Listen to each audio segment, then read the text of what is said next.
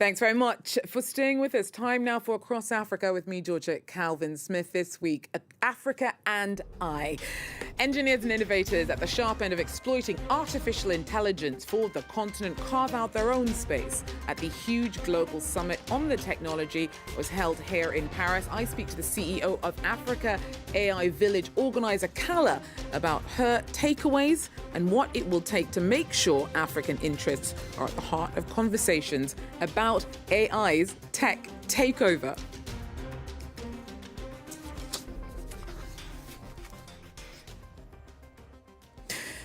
Now, AI is changing the world, and the pace at which it's affecting our individual and collective approach to every aspect of our lives has been breathtaking, which is both exciting and scary. And a huge conference on the impact of all of that was held here in Paris, with many emphasizing the need for global collaboration to make sure that developments don't outpace ethics. In Africa, rapid tech growth is struggling to both embrace the potential for innovation and tackle the fallout from obsolete regulatory frameworks. Our team sent us this report. At this AI summit, business leaders gather to stay ahead of industry trends.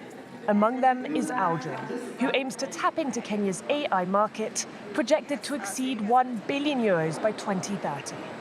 This is really great to see people in the AI space in Kenya coming together to share ideas, share network together. We have a very untapped potential of people. We have so many people who are very talented. We have a lot of industries which can benefit from automation.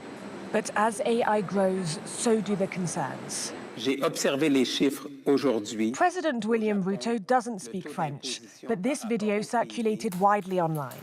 With just a few simple instructions, AI can generate convincing falsehoods in seconds. AI summits in Nairobi are on the rise.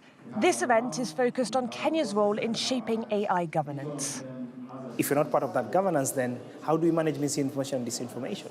Especially when the platforms are not in the continent, they're somewhere else. How do we ensure security of the models if those models decide to be biased today? The negative impact isn't just disinformation.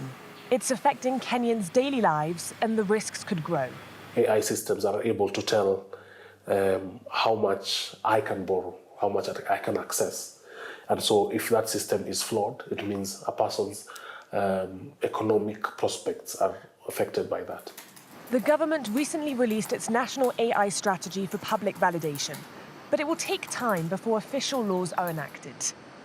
Meanwhile, last year, Kenya became the first African country to join a global AI safety network.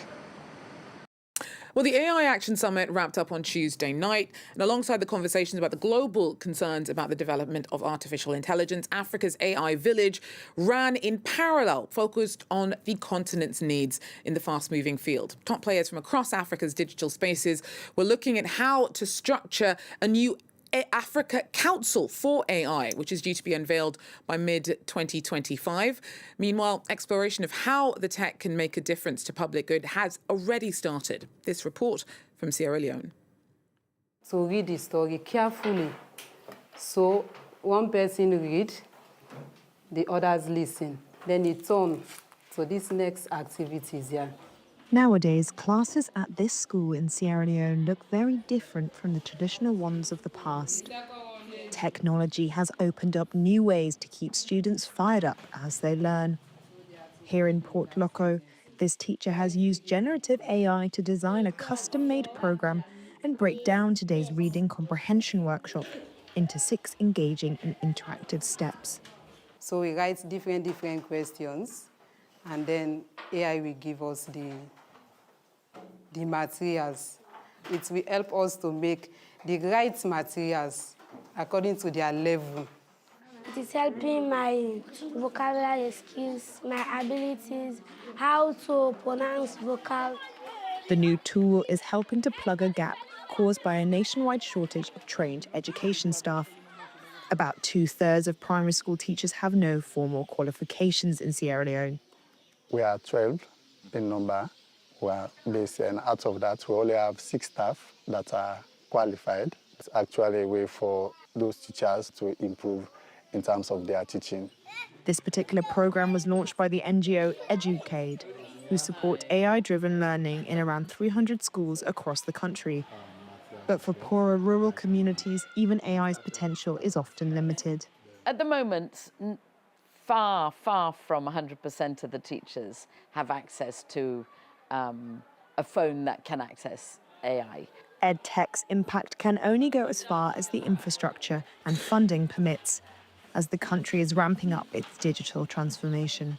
Last year, Sierra Leone signed a $50 million deal with China to help give internet access to another 400,000 previously unconnected Sierra Leoneans. Well, Dr Shikoh Gitau is the founder and CEO of a digital innovation lab called Qhala, which was one of the Africa AI Village organizers. She joins me now from Kenya. Doctor, thanks so much for coming back to speak to me about how everything turned out during your time here in Paris. Now, before we move on to that, that report that we just played about EdTech harnessing AI in Sierra Leone, for me, there was a glaring lack of hardware, of tech. For you, does that illustrate anything about limitations or even potential that comes with AI within an African context? Thank you so much for having me again. So for me, the biggest, when I was working the Sierra Leone one, it's the flogging of technology. It's no longer about being able to follow the steps of like we all need computers, we all need like fast internet, we all need this. What that teacher was able to do was use an AI to take complex, a very complex concepts and break it down to in a way that the children could be able to understand. And that's what Gen AI does to us. It helps like make things more understandable and accessible to many people. And that for me is the power of AI. It allows everybody to have access to things in a way that they would not understand before. And I'm really commendable to that particular action. Yeah. And so you were one of the organizers of making sure that there was a really specially African-focused space carved out here in Paris during that AI Action Summit that was held. How do you think it turned out, particularly with regards to plans for this Africa, I believe it's called like an Africa AI Council? What did you get out of that meeting?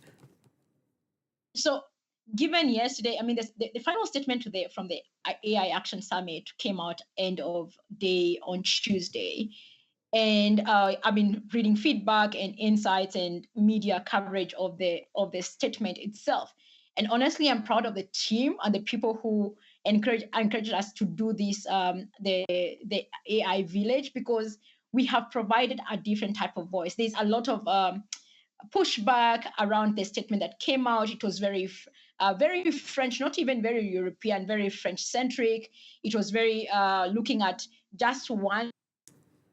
There was lack of a globalization inclusivity around it. And I'm happy that we're able to do it. And for us to be able to talk about the establishment of the AI Council was a big, huge step, because we are showing the world that we have the power to define our own governance structures in Africa. The AI Council goal is to be able to develop governance frameworks for African countries, be able to help African countries have a single unified voice around AI, to be able to fundraise together. And, when we're seeing all the ministers having simple banter, but also having deep conversations around what AI can do for us as a unified voice, that is what we needed in this summit. And as somebody said, you put some action into the AI Action Summit, because they lacked action in any other part of the summit. So what you're saying is that you're glad that you took the gamble, financial and otherwise, to make sure that there was other separate parallel channels to really focus on the priorities of the continent when it comes to AI development? Totally. It was a huge gamble, and it was activism-like, but we want to be able to do it at a global stage. You don't want Africa to be an asterisk, as the statements are saying. And in this case, there was not even an asterisk for Africa, to be totally honest. When you read the statement and all the feedback that is coming from that statement, it was just, how do we make France or the UK or the US, not even China, great in the AI space and win in the AI space, the inclusivity of it has been watered down to absolutely nothing, and that it's quite a sad turn of events. But to be even more than that is to be able to show the world that Africa has something to offer. And for us, this was like a road to Kigali. We have a summit happening in Kigali on 3rd and 4th of April, and it's the Global AI Summit on Africa. And we want people to know that we're not just speaking to ourselves, we're speaking about ourselves and showcasing what Africa has to offer. So all the researchers that were there are also going to be in Kigali. All the startups that were there are going to be in Kigali. All the policymakers are going to be in Kigali. But we wanted to showcase that it actually exists. This community of people actually exists. And I'm really proud of this part of the job that we did. Yeah. And what is the AI landscape in Africa? If you had to try to summarize it, what kind of effect has it already started to make? So there's something that we are trying to emphasize. For us, AI is not just another powerful model. It's not about just getting yet the next 3.0 or 3.0 version of a model. It's how do we apply this consequential technology to our everyday life? Yeah, how can we apply it as the Sierra Leoneans have done in education? How can we do it in health? How can we do it in agriculture? Mostly because it is allowing this mashup of knowledge in a very simplified manner, in a way that has never done before. It's not about me reading 15 million books to become an expert. The expertise is being brought to me in a very simple, easy to learn way. And that is one part of it. But we need to be able to ensure that Africa is not being left. We're not taking another person's knowledge and another person's information to our own. That's why we are saying we need to push more data sets, to be informing the models. We need to be able to push for greater talent that are able to build more these models that we speak about. We need to push for compute, and we need to be able to push for better governance and framework structures that work for us. And one of the key things I've been reading about the summit's outcome was the lack of safety and ethics and trust being literally diluted in the statement. But for me, I was saying it is good because then that people start thinking and questioning whose ethics, whose trust. Is Africa involved in defining what trust means for us and ethics and safety? Or are we going to go all the way and think about bombing and AGI, but when we are thinking about ourselves, how do we apply this technology to things that actually matter? Yeah. And I'm sorry, Doctor, what is bombing and AGI? Okay, AGI is so the biggest risk right now, and there are all these clips that are running around, is that the next war is going to be fought by AI and drones being put up in the sky. There's not going to be human in there, and because AI has been enabled to be able to have precision bombing, like basically dropping bombs from the sky to be done by drones. There's all this like very doomsday version of AI that has been sold to many people in Africa. And the other one is the AGI, I've forgotten the full phrase, but it's about an artificial intelligence that is almost as close to human. And many people in the West are afraid of this. And I always say in Africa, my identity as a human is not formed on how intelligent I am. Doctor? It's formed, yes, okay. It is formed by how I am part of a community, and that for me is more important. My community rather than my identity from my intelligence. Thank you so much, Dr. Shikoh Gitau. I'm so sorry. It's such a shame that we've run out of time. These conversations that we've had are always so fascinating, but the limits are the limits. Thanks for joining us for Across Africa. That's it for now. Join us again, though, if you can. Till then, take care.